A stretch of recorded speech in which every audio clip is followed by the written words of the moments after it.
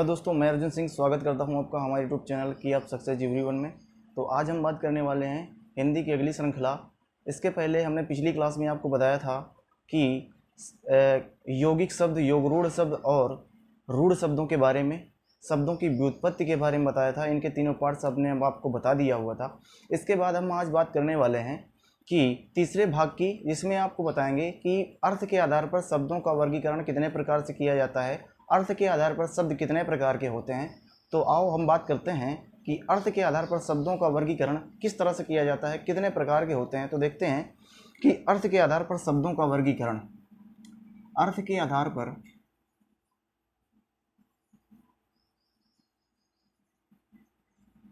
अर्थ के आधार पर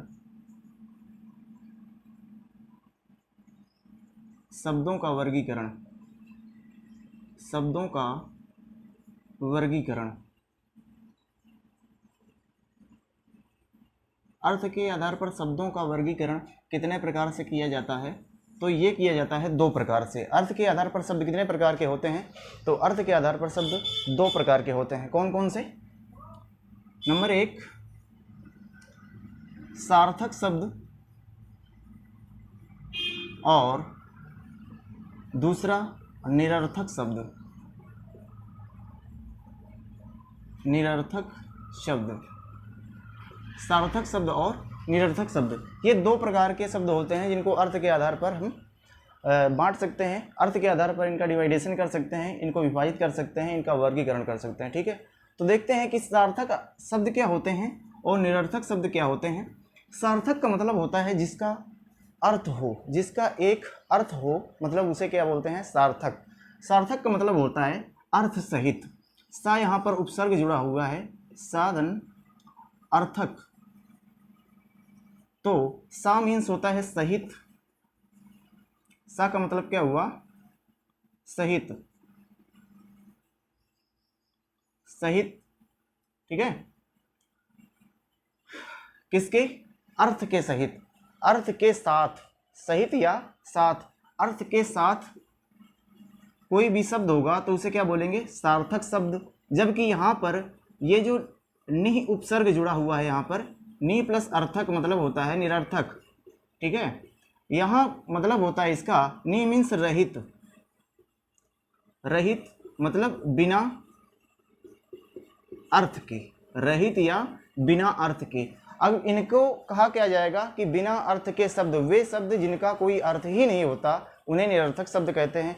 आखिर इनका प्रयोग हिंदी में क्यों किया जाता है, ये भी आप जान लीजिए कि इनका प्रयोग हिंदी में क्यों किया जाता है। वैसे कहा जाए परिभाषा के हिसाब से कि वर्णों का सार्थक प्रयोग ही शब्द, या वर्णों का सार्थक प्रयोग ही शब्द बनेगा जाकर के। वर्णों का जब सार्थक प्रयोग होगा वहाँ से जाकर के शब्द बनेगा जाकर के। शब्दों तो वो तो होते हैं शब्द जिनका सार्थक प्रयोग किया जाता है, जिनका कोई अर्थ होता है, वे शब्द आते हैं। जबकि ये तो इनका कोई निरर्थक, इनका कोई अर्थ ही नहीं होता। अब जब जिन शब्द का कोई अर्थ ही नहीं होता उसको हम शब्द में कैसे गिन सकते हैं? तो निरर्थक शब्दों को शब्द में वैसे गिना ही नहीं जाता है। ठीक है, अब हम बात करते हैं कि सार्थक शब्द और निरर्थक शब्दों में क्या अंतर होता है। कि जैसे हम जल्दबाजी में बोल देते हैं कि पानी वानी पी लिया, तो यहाँ पर पानी का शब्द, पानी शब्द का एक अर्थ है कि एक पेय पदार्थ है, जैसे चाय वाय पी लिया, खाना वाना खा लिया। तो इस तरह से जैसे हम बात करते हैं, जल्दबाजी में किसी भाषा को बोलने का प्रयास कर देते हैं, तो वहाँ हम बोल देते हैं कि इस तरह से कि जैसे पानी वानी पी लिया, पानी वानी पी लिया, इस तरह से पूछ लेते हैं, पानी वानी पी लिया। खाना वाना खा कर जाना, खाना वाना खा कर जाना, इस तरह से। ठीक है ना।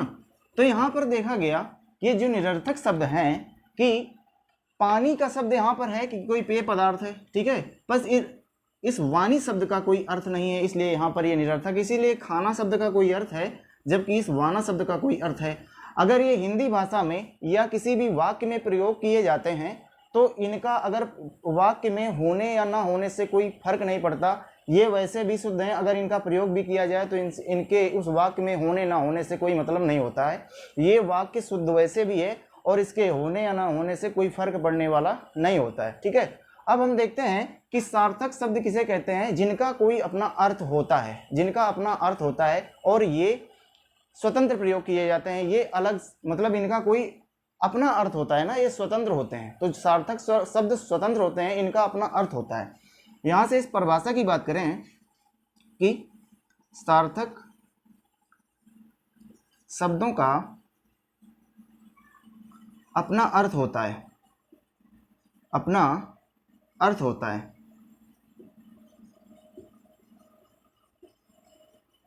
ये भाषा में स्वतंत्र रूप से प्रयोग किए जाते हैं, स्वतंत्र रूप से प्रयोग किए जाते हैं, प्रयोग किए जाते हैं। जबकि निरर्थक शब्दों की बात करें तो निरर्थक शब्दों का कोई अर्थ नहीं होता, शब्दों का कोई अर्थ नहीं होता, कोई अर्थ नहीं होता। निरर्थक शब्दों का कोई अर्थ नहीं होता। ये शब्द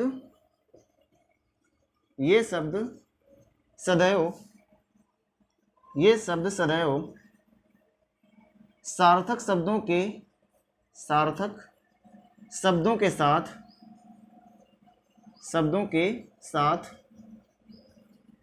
प्रयोग किए जाते हैं, प्रयोग किए जाते हैं। ये सदैव सार्थक शब्दों के साथ प्रयोग किए जाते हैं, इनका कोई अर्थ नहीं होता और ये स्वतंत्र प्रयोग नहीं किए जा सकते हैं। जैसे आप मान लीजिए कि यहाँ पर हम स्वतंत्र, ये निरर्थक शब्दों को स्वतंत्र रूप से क्यों नहीं प्रयोग किए जा सकते हैं। अच्छा, निरर्थक शब्दों का प्रयोग होता कब है, तो निरर्थक शब्दों का प्रयोग हमेशा सार्थक शब्दों के बाद होता है, सार्थक शब्दों के पहले निरर्थक शब्दों का प्रयोग आप नहीं कर सकते हैं। जैसे अगर मान लीजिए इस पानी शब्द को हटा दें और पानी शब्द को अगर हटा दें तो इस वानी पी लिया, इसका कोई अर्थ नहीं बनता है, ठीक है। तो हमने क्या बताया कि जो निरर्थक शब्द होते हैं वे हमेशा सदैव सार्थक शब्दों के साथ ही प्रयोग किए जाते हैं, बिना सार्थक शब्दों के साथ निरर्थक शब्दों का कोई औचित्य नहीं बनता, ये प्रयोग ही नहीं किया जाता है, इनका कोई अर्थ ही नहीं होता है। तो आपको शायद समझ आया होगा कि सार्थक और निरर्थक शब्द क्या होते हैं। इनके उदाहरण के रूप में हम कुछ बता देते हैं आपको कि उदाहरण क्या होते हैं इनके। उदाहरण के तौर पर देख लीजिए कि सार्थक और निरर्थक शब्दों के उदाहरण किस तरह से आप लिख सकते हैं।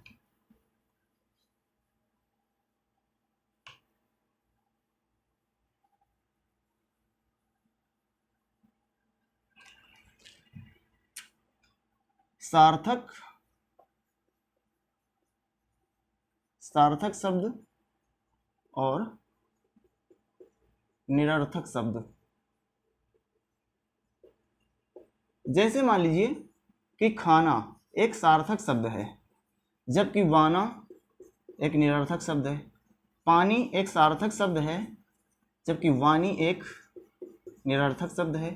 जबकि चाय एक सार्थक शब्द है, वाय निरर्थक शब्द है, ठीक है ना। इस तरह से काफ़ी उदाहरण हो सकते हैं, आप बना सकते हैं और इस तरह से प्रयोग कर सकते हैं, ठीक है। तो शायद समझ आया होगा कि सार्थक और निरर्थक शब्द क्या होते हैं, आप लोगों को ये समझ आया होगा, ठीक है। इसके बाद हम बात करते हैं चौथा पॉइंट ये होगा कि विकार के आधार पर शब्दों का वर्गीकरण कितने प्रकार से किया जाता है। तो विकार के आधार पर हम सब लोग देखते हैं कि विकार के आधार पर शब्दों का वर्गीकरण कितने प्रकार से किया जाता है। चलो देखते हैं विकार के आधार पर शब्दों का वर्गीकरण।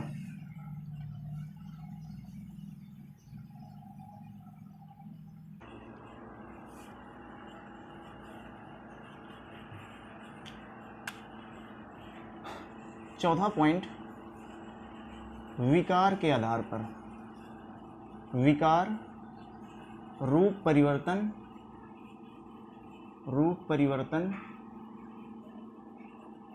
शब्द का रूप परिवर्तन या शब्द के बदलाव के आधार पर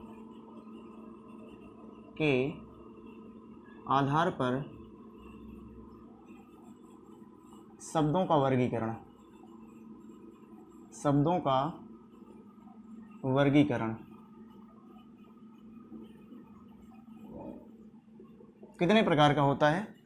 विकार, रूप परिवर्तन या बदलाव के आधार पर शब्दों का वर्गीकरण कितने प्रकार से हम इनको बांट सकते हैं। ठीक है, देखते हैं। विकार के आधार पर शब्दों के दो अर्थ होते हैं, दो प्रकार से बांटा जाता है इनका। पहला विकारी शब्द, विकारी शब्द, और दूसरा अविकारी शब्द, अविकारी शब्द। विकारी मतलब जिसमें बदलाव हो सके, जिसके रूप जिसमें रूप परिवर्तन हो सके, जिसमें बदलाव हो सके, उन्हें विकारी शब्द कहते हैं। ठीक है ना। विकारी का मतलब क्या होता है, रूप परिवर्तन या इनके शब्द में जो शब्द होगा उसको बदला जा सकता है। कितने प्रकार से बदला जा सकता है इसको हम बताएंगे। ठीक है, यहाँ पर जिसमें क्या होता है, परिवर्तन होता है। तो यहाँ पर इसकी बात करें, ये परिवर्तन है, परिवर्तन, रूप परिवर्तन होगा। इसमें क्या होगा, जिसमें परिवर्तन नहीं होगा, मतलब इसे नहीं बदला जा सकता, इसे परिवर्तित नहीं किया जा सकता, इसे परिवर्तित नहीं परिवर्तित किया जा सकता।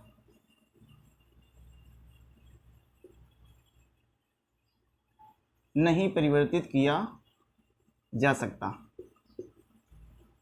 कैसे नहीं परिवर्तित किया, इसमें आ लगा है, आ उपसर्ग इसमें लगा है ना, इसे मतलब आ का मतलब नहीं, इसे परिवर्तित नहीं किया जा सकता है। जबकि यहाँ पर विकारी शब्दों का परिवर्तन किया जा सकता है। कितने प्रकार के होते हैं ये देखते हैं। अच्छा, आप सबसे पहले देखते हैं कि जो विकारी शब्द हैं, तो विकारी शब्द को कितने प्रकार से परिवर्तित किया जा सकता है इसको हम देखते हैं। तो जो विकारी शब्द होते हैं इनको 4 प्रकार से परिवर्तित किया जा सकता है, या परिवर्तन की 4 इकाइयाँ होती हैं। विकारी शब्दों को परिवर्तित करने की 4 इकाइयाँ होती हैं। कितनी? 4। तो विकारी शब्दों की परिवर्तन की 4 इकाइयाँ होती हैं। किसके? शब्द परिवर्तन। तो विकारी, विकारी शब्द परिवर्तन की 4 इकाइयाँ, 4 इकाइयाँ होती हैं। कौन कौन सी? लिंग के आधार पर, दूसरा वचन के आधार पर, तीसरा काल के आधार पर, और चौथा कारक के आधार पर। लिंग, वचन, काल और कारक के आधार पर विकारी शब्दों का परिवर्तन किया जा सकता है। लिंग, वचन, काल और कारक के आधार पर विकारी शब्दों का परिवर्तन किया जा सकता है। ऐसे सभी को याद हो जाएगा कि विकारी शब्द किसे कहते हैं और अविकारी शब्द किसे कहते हैं, कि या विकार के आधार पर शब्दों को कितने भागों में डिवाइड किया गया था। सभी लोग बता सकते हैं 2 प्रकार से। विकारी शब्द किसे कहते हैं? जिनको लिंग, वचन, काल और कारक के आधार पर परिवर्तन किया जाने में विकारी शब्द कहते हैं। और इन्हें जिन्हें लिंग, वचन, काल और कारक के आधार पर परिवर्तित नहीं किया जा सकता उन्हें अविकारी शब्द कहते हैं। सभी को पता होता है, परंतु इनको किस तरह से परिवर्तित किया जा सकता है, मेन इंपॉर्टेंट बात यहाँ पर आ जाती है। ये महत्वपूर्ण बात है कि इनको किस तरह से परिवर्तित किया जा सकता है। जैसे लिंग के आधार पर शब्दों का परिवर्तन। तो लिंग के आधार पर शब्दों का परिवर्तन किस तरह से किया जा सकता है? मान लीजिए कि जैसे हमने लिख दिया यहाँ पर छात्र, तो अगर इसका लिंग परिवर्तन करें तो हम जैसे लिंग परिवर्तन करेंगे तो यहाँ पर हो जाएगा छात्र का छात्रा, स्त्रीलिंग हो जाएगा। ये क्या है? पुल्लिंग। ठीक है, और ये क्या है? स्त्रीलिंग। हो गया परिवर्तन। छात्र, छात्रा। उदाहरण के तौर पर और देख लेते हैं, जैसे लड़का, तो क्या हो जाएगा इसका? लड़की हो जाएगा परिवर्तन। तो लिंग के आधार पर शब्दों को परिवर्तित किया जा सकता है, बिल्कुल किया जा सकता है। ठीक है, इसके आधार पर वचन के आधार पर देखा जाए तो वचन के आधार पर शब्दों को परिवर्तन कैसे किया जा सकता है? जैसे वचन का मतलब जानते हो? वचन नंबर, वचन के आधार पर कितने प्रकार से परिवर्तन किया जा सकता है। देखिए वचन क्या होता है, जैसे हमने मान लीजिए कि ले लिया लड़की। लड़की क्या है? ये एक वचन है, एक वचन। ठीक है, लड़की क्या है? एक वचन। अब यहीं पर हम ले लें लड़कियां, जो कि क्या है? बहुवचन। तो लड़की से हमने क्या बना दिया? लड़कियां। तो यहाँ पर एक वचन है और यहाँ बहुवचन है। इस तरह से हम वचन के आधार पर भी परिवर्तित कर सकते हैं शब्दों को। ठीक है, किन किन शब्दों को? विकारी शब्दों को। वो भी बताएंगे विकारी शब्द कौन कौन से होते हैं, परंतु अभी हम बता रहे हैं किस तरह से परिवर्तित किया जा सकता है। इन्हें कहते कैसे हैं, लिंग, वचन, काल और कारक के आधार पर किस तरह से परिवर्तित किया जा सकता है वो परिवर्तन करना हम सिखा रहे हैं, ठीक है। इसके बाद काल के आधार पर किया जाए तो काल के आधार पर देखा जाए, जैसे राम घर जाता है, राम घर जाता है, राम घर जाता है, ये क्या हो गया, ये वर्तमान काल हो गया। तो काल के आधार पर देख रहे परिवर्तन हो रहा है। फिर दूसरी बात करें, राम घर जाता था, जाता था, देखा गया यहाँ पर क्या, राम घर जाता था, तो मतलब ये क्या हो गया, भूतकाल हो गया। इसके बाद जाएगा, या क्या जाएगा, राम घर जाएगा, राम घर जाए, राम घर जाएगा, राम घर जाएगा, तो यहां पर क्या हो गया, ये भविष्य काल हो गया, भविष्य काल। तो इस तरह से आप क्या कर सकते हैं, काल के आधार पर विकारी शब्दों का परिवर्तन कर सकते हैं, ठीक है।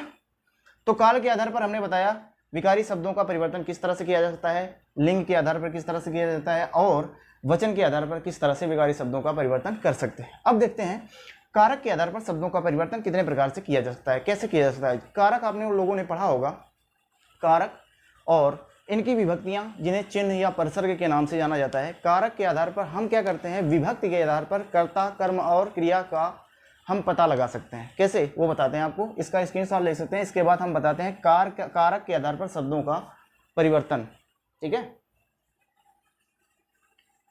तो अब देखते हैं कारक के आधार पर शब्दों का, विकारी शब्दों का परिवर्तन।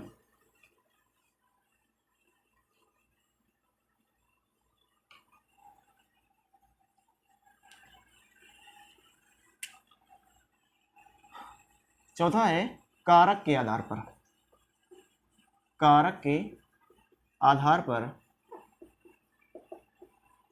पर शब्दों का परिवर्तन। किन शब्दों का, विकारी शब्दों का परिवर्तन। तो ये परिवर्तन कितने प्रकार से किया जा सकता है, देखिए जैसे मान लीजिए कारक क्या होते हैं, कारक और उनके इस तरह से चिन्ह होते हैं,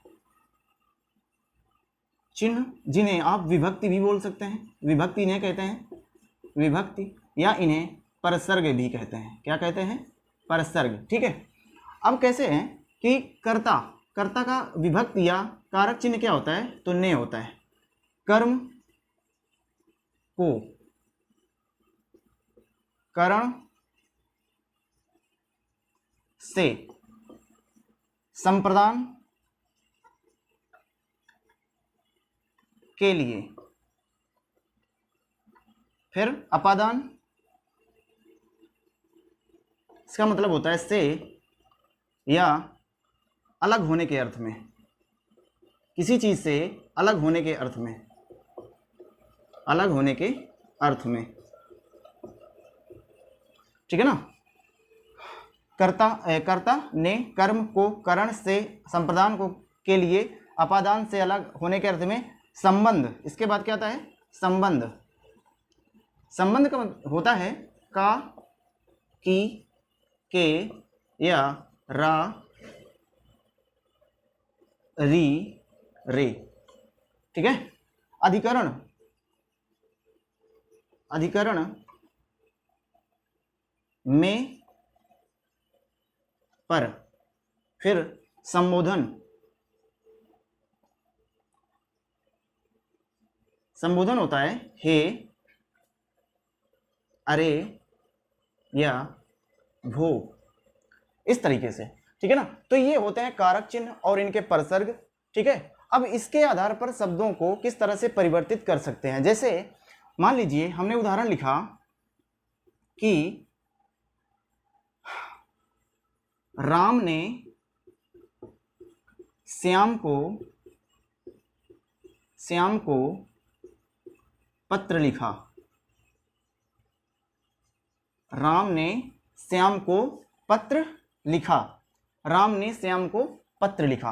अब यहां पर आप ये पहचान सकते हैं कि कौन सा विभक्ति के आधार पर किस तरह से कारक कर्ता चिन्ह को किस तरह से पहचान सकते हैं, विभक्तियों या परसर्ग या चिन्ह के हिसाब से। जैसे यहां पर देख लीजिए कि अगर ने है, अगर यहाँ पर क्या आया है ने, तो ने इस बात का सूचक है कि इसके पहले वाला जो शब्द है वो कर्ता, कर्म, करण, ये किनमें से, इनमें से कारक में से किसको संबोधित कर रहा है, किसके लिए आया हुआ है। तो ने किसके लिए आया हुआ, ये राम के लिए आया। तो राम यहाँ पर ने का कारक चिन्ह क्या है, यहाँ पर देखेंगे कर्ता, तो राम यहाँ पर क्या हो गया, कर्ता। ठीक है, और इसी तरह ये कारक चिन्ह जो है ये इस बात का सूचक है जो इसके पहले आया हुआ है, इसके लिए आया हुआ है। जो ये विभक्तियां हैं या परसर्ग है ये पहले वाले शब्द के लिए आया हुआ। तो को का कारक चिन्ह क्या होता है, तो को का कारक क्या होता है, कर्म, कर्म को कर्म, कर्म को किसके लिए है, कर्म। तो यहाँ पर श्याम क्या है, कर्म। तो इस तरह से आप परिवर्तित कर सकते हैं, पहचान सकते हैं। तो परसर्ग के हिसाब से कारक परिवर्तन होता रहता है, परिवर्तित होते रहते हैं। परसर्ग चिन्ह या विभक्तियों के आधार पर कारक में परिवर्तन होता रहता है। कैसे, ये भी देखते जाइए। यहाँ पर क्या लिखा है, ये किसके लिए आया, ये राम के लिए आया, ये श्याम के लिए आया, और ने किसके लिए आया, राम के लिए। ठीक है, और यहाँ पर ये पत्र क्या है, लिखा, तो यहाँ पर क्रिया हो गई। ठीक है ना, ये क्रिया हो गई, लिखना, पत्र लिखना क्या है, क्रिया हो गई। अब जैसे यहीं पर हो जाए कि श्याम ने राम को पत्र का जवाब दिया, तो देखिए यहां पर अभी क्या था, यहां पर श्याम क्या था, कर्म था, और यहां पर राम क्या था, यहां पर श्याम क्या है, कर्म है, जबकि यहां पर श्याम क्या बन गया, कर्ता बन गया। यहां पर श्याम क्या है, कर्ता है, और यहां पर राम क्या बन गया, यहां पर बन जाएगा कर्म। देखो ये क्या है, कर्ता, क्योंकि ये लगा हुआ है, और यहां पर राम क्या है, कर्म, और यहां पत्र लिखना क्या है, क्रिया, जवाब, पत्र लिखकर जवाब दिया। तो इस तरह से क्या होता है, विभक्तियों के आधार पर कारक बदलते रहते हैं, ये भी आपको याद रखना है। तो किस तरह से परिवर्तन हो रहा है हमने आप लोगों को ये भी बता दिया। ठीक है, तो कारक के आधार पर शब्दों का किस तरह से परिवर्तन किया जा सकता है। अब बात ये आती है कि अगर एग्जाम में आपको इस तरह से पूछ लिया जाएगा, ऑप्शन में आते हैं वहाँ, तो आपको किस तरह से, इस तरह से आप परिवर्तित करने वहाँ पर नहीं बैठेंगे। आपको क्या करना है, एक ही बार में समझ जाना है ऑप्शन में कौन सा विकारी है, कौन सा अविकारी शब्द है। तो इसके बारे में हम बताने का प्रयास करेंगे आपको। ठीक है, ये हमने बताया आपको डिटेल से किस तरह से आप पहचान सकते हैं, ये बेसिक है, ये जानना बहुत ही जरूरी है। तो ये कोई बताता नहीं है, वैसे हम आपको बता दिए, ये बहुत ही महत्वपूर्ण चीज़ है। यहाँ से आपको मतलब कोई भी ऐसा शब्द नहीं होगा जिसको आप पहचान नहीं सकेंगे कि ये शब्द अविकारी है या विकारी शब्द है।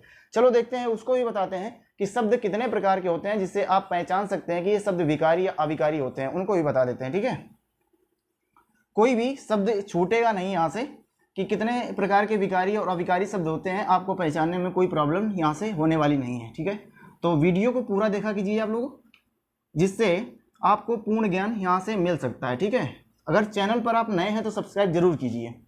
ठीक है, तो देखते रहिए और बने रहिए हमारे साथ। हम इसी तरह आपके लिए बेहतरीन क्लास लाते रहेंगे और आपके सारे डाउट्स यहाँ पर दूर किए जाएंगे। ठीक है, चलिए क्या है कि अब हम बताते हैं आपको क्या विकारी और अविकारी शब्द कितने प्रकार के होते हैं। तो विकारी शब्द 4 प्रकार के होते हैं। विकारी शब्द 4 प्रकार के होते हैं, 4 प्रकार के होते हैं। विकारी शब्द कितने प्रकार के होते हैं, 4 प्रकार के होते हैं। देख लीजिए 4 प्रकार के कौन होते हैं, कौन कौन से हैं। संज्ञा, सर्वनाम, विशेषण और क्रिया। संज्ञा, सर्वनाम, विशेषण और क्रिया। संज्ञा, सर्वनाम, विशेषण और क्रिया, ये 4 प्रकार के विकारी शब्द होते हैं। ठीक है, तो विकारी शब्द आप लोग पहचान सकते हैं। ये इतने में ही परिवर्तन किया जा सकता है। कितने प्रकार से परिवर्तन किया जा सकता है ये हमने आपको बता दिया कि परिवर्तन लिंग, वचन, काल और कारक के आधार पर परिवर्तन किया जा सकता है। इनमें इनका लिंग परिवर्तन कर सकते हैं, वचन, काल और कारक को परिवर्तित करके आप इनको पहचान सकते हैं। ठीक है, चलिए अब बात करते हैं हम अविकारी शब्द कितने प्रकार के होते हैं। तो अविकारी शब्द भी 4 प्रकार के होते हैं। 4 प्रकार, कौन कौन से, तो क्रिया विशेषण,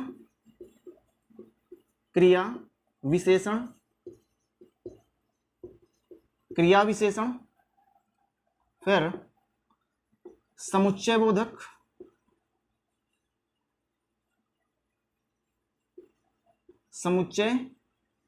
बोधक अव्यय। अब यहां पर अव्यय आती है तो इन्हें अविकारी या अव्यय भी कहते हैं। क्या बोलते हैं? अव्यय या अविकारी शब्द 4 प्रकार के होते हैं। तो अब ये देखिए आप लोग, क्रिया विशेषण, समुच्चय बोधक, संबंध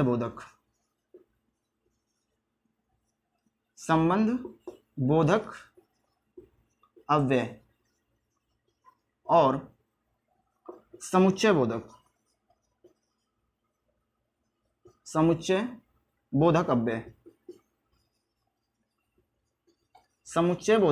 अव्यय। और इसके बाद इसमें निपात भी आ जाता है। तो निपात अगर आ जाए तो निपात भी क्या है? एक अविकारी शब्द के अंतर्गत आ जाते हैं। जो निपात होते हैं वो भी अविकारी शब्दों के अंतर्गत आ जाते हैं। तो क्या रहा, ये हमने बता दिया आपको विकारी शब्द, अविकारी शब्द। इसके पहले हमने बताया तीसरे पॉइंट में सार्थक शब्द और निरर्थक शब्दों के बारे में।